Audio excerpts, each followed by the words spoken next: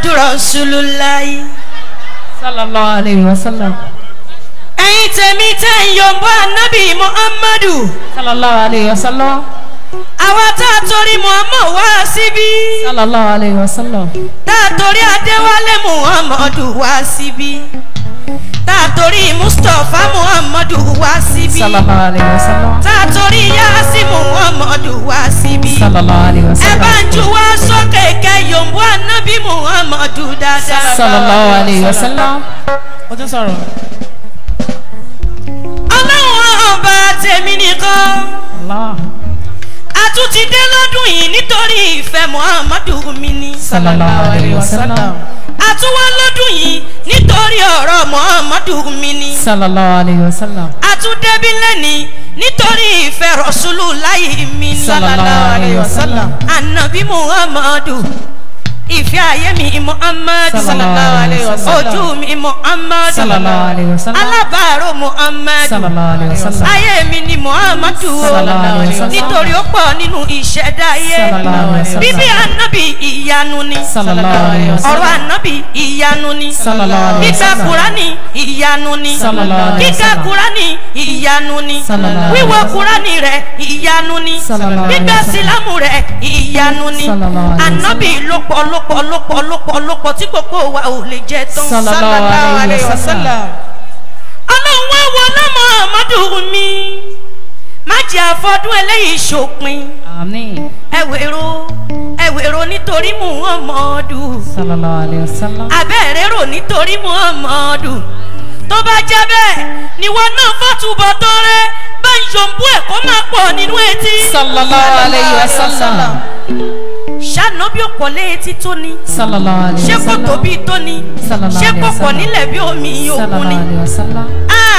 Ànábì ni ó gbá mi gbàrán tèmi tó bá dà láyìíra Rọ̀ṣúlù ni ó gbà mí gbàrán tèmi tó bá dà láyìíra Káríọlá ni ó gbà mí gbẹ̀bí mi tó bá dà láyìíra Mustapha ni ó gbà mí gbàrán mi tó bá dà láyìíra. Sórí lẹ́ni ìṣẹ́jú díẹ̀ péré tí mo fẹ́ lò níbí torí mo ti lọ ṣe tínkù lè tún star kí n tó débí àmọ́ ìṣẹ́jú díẹ̀ tí mo fẹ́ lò níbi ọmọ táyé bí ẹ kò máa sọ yí pé bàbá Sheikh Ahmed Al-Mukhtar olólùfẹ́ ànábì ni bá ń sọ pé Mukutaru ń jọ lánàbí yóò falala Alihuda jọ lánàbí falala.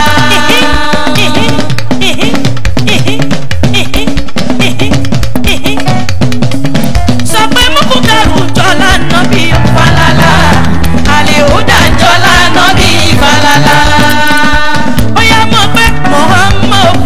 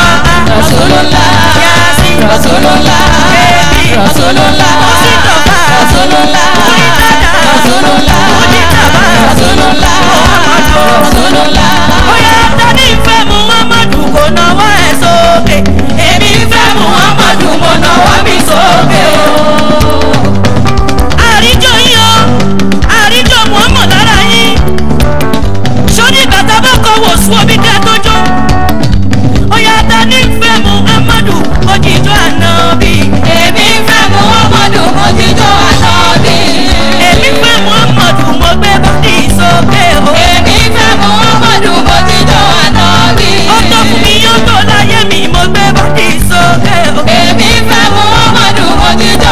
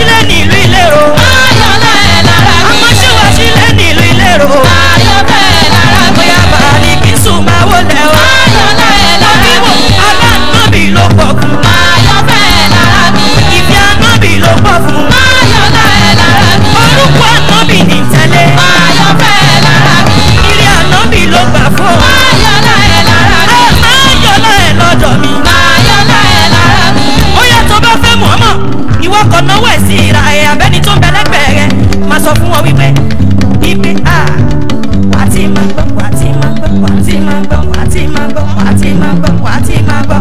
Sọ fún wọn wípé Muhammad ló gbà gbogbo ayé ló ti gbọ́.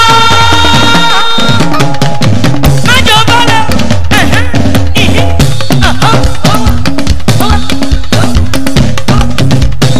Rasulu ló gbà ó. Gbogbo ayé ló ti gbọ́. Ẹni kò dìgbà tí wọ́n bá ń fa bọ́sà yá. Kò dìgbà tí yẹ bá ń fa bọ́sà yá o. Muhammadu ló gbà. Gbogbo ayé ló ti gbọ́. Adéwọ̀n ní Muhammadu mi ó pọ̀. Òjíṣẹ́ ńlá lọ́nà lẹ́ o. Gbogbo ayé ló ti gbọ́.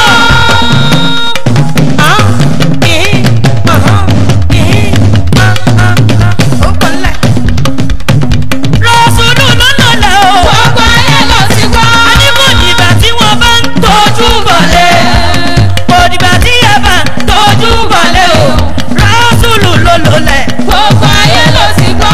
Oṣù òbí jẹ́ ìjà ẹ̀tàn ṣùgbọ́n ilé Ọlọ́run màá ní mọ́ṣáláṣí ẹni tó bá kọ́ àjèrè látàyé.